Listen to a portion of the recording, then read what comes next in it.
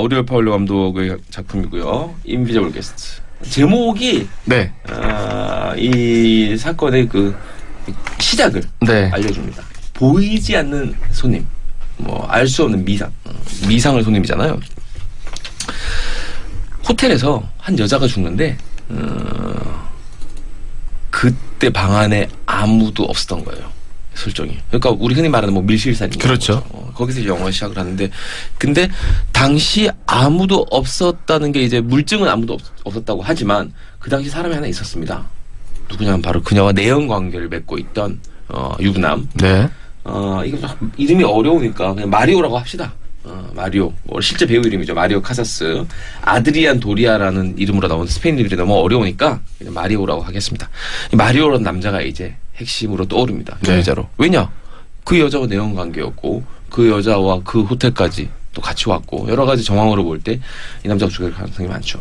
계속 몰리고 있는데 이 남자가 교묘하게 잘 빠져나가요. 마침 또 증거도 없고 또 증인도 없어.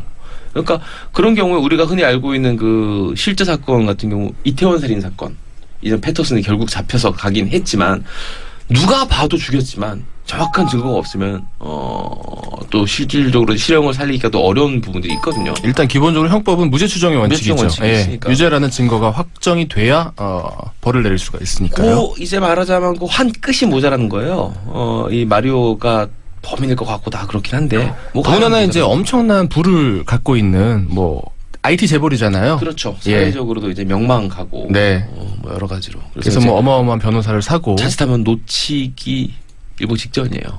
그때 이 마리오가 특급 변호사를 또 게다가 선임을 합니다. 네. 궁지에 몰렸던 마리오로서는 완벽하게 이제 안전해질 수 있는 기회죠.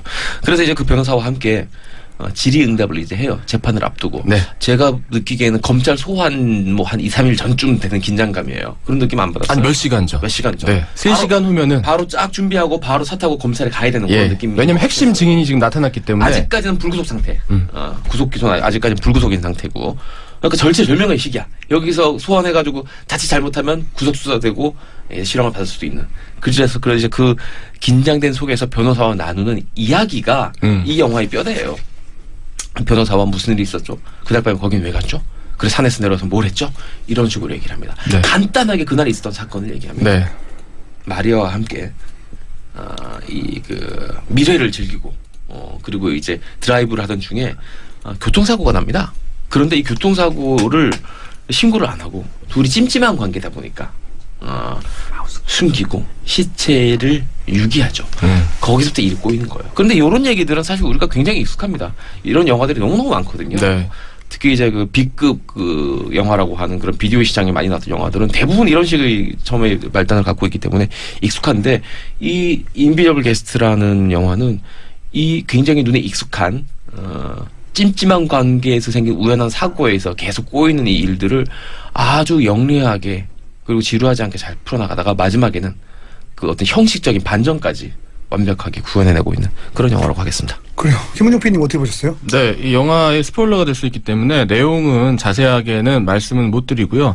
전체적인 어떤 개관을 잠깐 말씀드리자면 이 오리올 파울로라는 감독은 결국은 완벽한 스릴러를 만들어가기 위한 어떤 그 장인의 길로 가기 위해서 계속 한 부 한 부 전진한다는 느낌이 들어요. 근데 그게 이제 특징 가운데 대표적인 걸 하나 들자면 신체 기관들이 항상 어떤 중요한 모티브로 작용을 합니다.